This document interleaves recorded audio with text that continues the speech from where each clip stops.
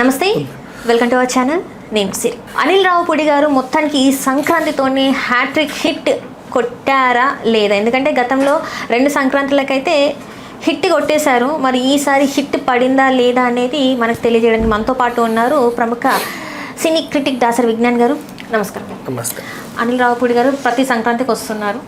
మరి ఈ సంక్రాంతికి హిట్ కొడితే దీంతో హ్యాట్రిక్ హిట్ అవుతుందా? మరి హిట్ కొట్టే ట్రిపుల్ హ్యాట్రిక్, మరి ట్రిపుల్ హ్యాట్రిక్ అయిందా లేదా? ఒక్క మాటలో చెప్పాలి అంటే ఒక వర్డ్లో ఫ్లాప్ హీరోలకి ఆపద్ బాంధవుడు దేవుడు అని చెప్పుకోవచ్చు అనిల్ రావిపూడి. ఎక్కడి నుంచి మొదలు పెడదాం? ఇప్పుడు ఫర్ ఎగ్జాంపుల్ కళ్యాణ్ రాముకు కూడా ఒక డీసెంట్ హిట్ లేని టైంలో పటాస్తో అసలు అరే ఎంత బాగుంది, ఈయన ఇలాంటి సినిమాలు కూడా చేయగలడని మనకు నిరూపించాడు. మంచి కామెడీ అసలు అందులో చాలా బాగుంటుంది. నెక్స్ట్ మళ్ళీ అలాగే సాయిధరం తేజ్కి సుప్రీం లాంటి మంచి సినిమా ఎంత బాగుంటుందో చూడడానికి. అందులో రాశి ఖన్నాతో చేసే అదేంటిది, ఆమెమో ఫైట్ చేయాలంటే వీడు మసాజ్లా ఫీల్ అవ్వడం, ఇట్లాంటి చిన్న చిన్న ఎలిమెంట్స్.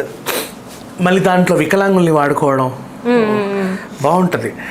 అండ్ మళ్ళీ అలా రవితేజ గారికి ఒక మంచి హిట్ ఉంటే బాగుండు. వెంకీలో ఉన్న రవితేజ, విక్రమార్కుడు ఫస్ట్ హాఫ్లో ఉన్న రవితేజ మనకు కావాలి. ఆయన కోసం, ఆ కామెడీ కోసం మనం ఎక్కడికైనా వెళ్ళిపోతూ ఉంటాం. చాలా సినిమాలు మనం చూసింది. రాజా ది గ్రేట్తో అసలు ఎంత బాగా, ఇప్పుడు ఏమో సార్ నాకు కనబడదు అసలు గుడ్డిగా చేస్తూ అంత కామెడీ చేయడం గ్రేట్ అది. అండ్ నెక్స్ట్ మళ్ళీ ఇలా చెప్పుకుంటూ పోతే వెంకటేష్ గారికి ఒక సాలిడ్ హిట్ అవసరం అన్నప్పుడు F2 F3 ఇచ్చింది. మళ్ళీ సైంధవ్ సినిమాతో ఆయన ట్రాక్ అటేటో పోతుంటే కూడా మళ్ళీ పిలిచి సంక్రాంతికి వస్తున్నాం కదా. అండ్ ఆచార్య, బోలా శంకర్ లాంటి ఫ్లాప్స్ తర్వాత చిరంజీవి గారికి కూడా ఒక మంచి సాలిడ్ హిట్ ఇచ్చినట్టుగా ఇప్పుడు ఉంది. అంటే మొత్తానికి ఓవరాల్ చెప్పాలంటే ఏ హీరో అయినా సరే వరుస ఫ్లాపులతో సతమతం అవుతా, అమ్మో ఇంకా నా మార్కెట్ ఉంటుందో ఉండదో ఏంటో అని తనలాడే వాళ్ళకి ఒక దేవుడు లాంటి డైరెక్టర్ అనిల్ రావిపూడి. సరే, నెంబర్ 1. నెంబర్ 2, పోనీ ఏందేందో రాసి స్క్రిప్ట్ని మిమ్మల్ని క్యారెక్టర్ని ఇప్పుడు మన అఖండలో బాలేనంత చూపించినట్టుగా బోయపాటిలా భారీగా ఉంటుందా, ఇంకేదైనా క్రియేటివ్గా ఉంటుందా అంటే ఏమీ ఉండదు. చాలా సింపుల్గా అట్లా ఆడుతూ పాడుతూ తిరిగే వాళ్ళకు కూడా ఇట్లా చూస్తే అంటే కాసేపు 5 నిమిషాలు చూసినా అర్థమయ్యేలాగా నీట్గా క్యూట్గా. మొన్న ఒక డైరెక్టర్ అన్నాడు, ఇలాంటి సినిమాలు అర్థం చేసుకోవాలంటే చాలా ఇది ఉండాలండి, అంత అర్థం కాకుండా గందరగోళంగా తీయాల్సిన అవసరం కూడా లేదు. అట్లా అందరికి అర్థమయ్యే రేంజ్లో ఉంటుంది. ఇంటర్వెల్లో కూడా హ్యాపీగా స్నాక్స్ కొనడానికి ఎవరు జంకర్ తెలుసా? అంటే సాటిస్ఫై అవుతుంది కదా మనసు, పోన్లే తీసుకో, ఇంకేమైనా కావాలా తీసుకో పర్లేదులే అంటారు వాళ్ళు. 2000 అవుతున్నాయి 3000 అవుతున్నాయి కంప్లైంట్లు ఇవ్వరు. ఎప్పుడైతే సినిమా ఎందుకు వచ్చారో దేవుడా అనిపిస్తుందో 200 ఎందుకులే, అదెందుకులే ఇదెందుకులే అంటారు, వాళ్ళే కంప్లైంట్స్ ఇచ్చేది. సో అనిల్ రావిపూడి సినిమా ఇంటర్వెల్లో కూడా డీసెంట్ బిజినెస్లు చేస్తాయి, మనసు నిండుగా ఉంటుంది కదా కూర్చున్నంతసేపు హాయిగా. సో అట్లా ఫస్ట్ హ్యాట్రిక్ కొట్టాడు. సరే కొట్టావులే అనుకుందాం. మళ్ళీ హ్యాట్రిక్, సరేలే మళ్ళీ హ్యాట్రిక్. నెక్స్ట్ విజయశాంతిని మళ్ళీ అందరికీ చూపించాడు, సరిలేరు నీకెవరితో తీసుకొచ్చి, అదొక సంతోషం.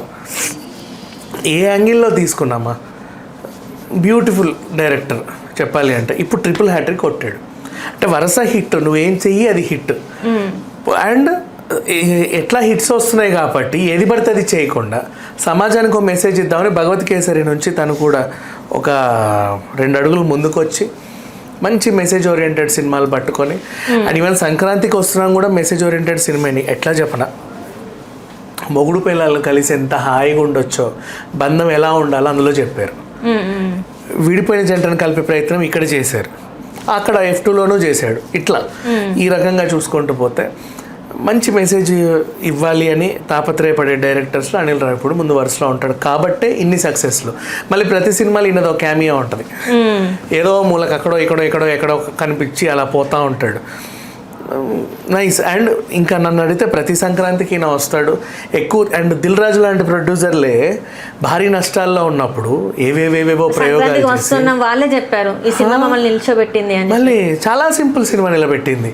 ఏందో అనుకున్న సినిమా ఫ్లాప్ అయితే అంత సింపుల్గా నీట్గా ప్రతి డైరెక్టర్కి ప్రతి ప్రొడ్యూసర్కి అంటే నిర్మాతల దర్శకుడు హీరోల దర్శకుడు అని ఎవరైనా ఉన్నారు అంటే అనిల్ రావిపూడి అని ఖచ్చితంగా చెప్పొచ్చు. అండ్ ఇప్పుడు ఈ సినిమా కూడా ప్రజెంట్ సమాజంలో నడుస్తున్నటువంటి అంశాన్ని, సున్నితమైన అంశాన్ని చాలా ఈజీగా డీల్ చేసి అందరికి అర్థమయ్యేలా చెప్పి, ఇప్పుడు ఇది చూడు బాగా డబ్బుండి, నేను ఇందాక రివ్యూలో చెప్పినట్టు బాగా డబ్బుండి కూతుర్ల సంసారాలు నాశనం చేసే తండ్రులు తల్లులు ఎవరైనా సరే, ఇప్పుడు ఇద్దరు కొట్లాడుకున్నారు అంటే అవునా ఆడంతేలే, లేదు మావిడ సరిగ్గా ఏంటో ఈ మధ్య ఒక రకంగా ఉంటుందమ్మా అని చెప్తే అవునా అది అంతేలే, నేను వద్దన్నాను కదా నువ్వే అనవసరంగా చేసుకున్నావు, ఇట్లాంటి కంప్లైంట్స్ వాళ్ళ మధ్యలో తరచూ ఫోన్లు చేసి ఈరోజు ఏం జరిగింది, అవునా అంత జరిగిందా, నువ్వే ఎక్కడ తగ్గకు చెప్పి సంసారాలు జడగొట్టిన వాళ్ళని చూసాం. రిలేషన్షిప్ కోసం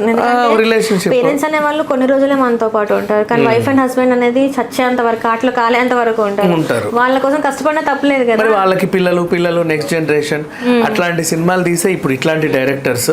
అండ్ ఎంత హాయిగా ఇప్పుడు ఈ ఎలిమెంట్ అంతా కూడా సెక్షన్ 499 అని చెప్పి సీరియస్గా కోర్టు డ్రామాతో కూడా చెప్పొచ్చు, అంత అవసరం లేదు. పండగ రోజు ఓ పెద్ద హీరోతో సరదాగా చెప్పిచ్చేస్తే చాలని చెప్పి విడాకుల గురించి చిరంజీవి గారు చెప్పిన ఎపిసోడ్ అన్ని సినిమాలు బాగున్నాయి, డైరెక్టర్ బాగా తీశాడు, అందుకే ట్రిపుల్ హ్యాట్రిక్ కొట్టాడు. ఇలాంటి డైరెక్టర్ ఇంకో హ్యాట్రిక్ కూడా కొట్టాలని మనస్ఫూర్తిగా కోరుకున్నాను. Right thank you so much.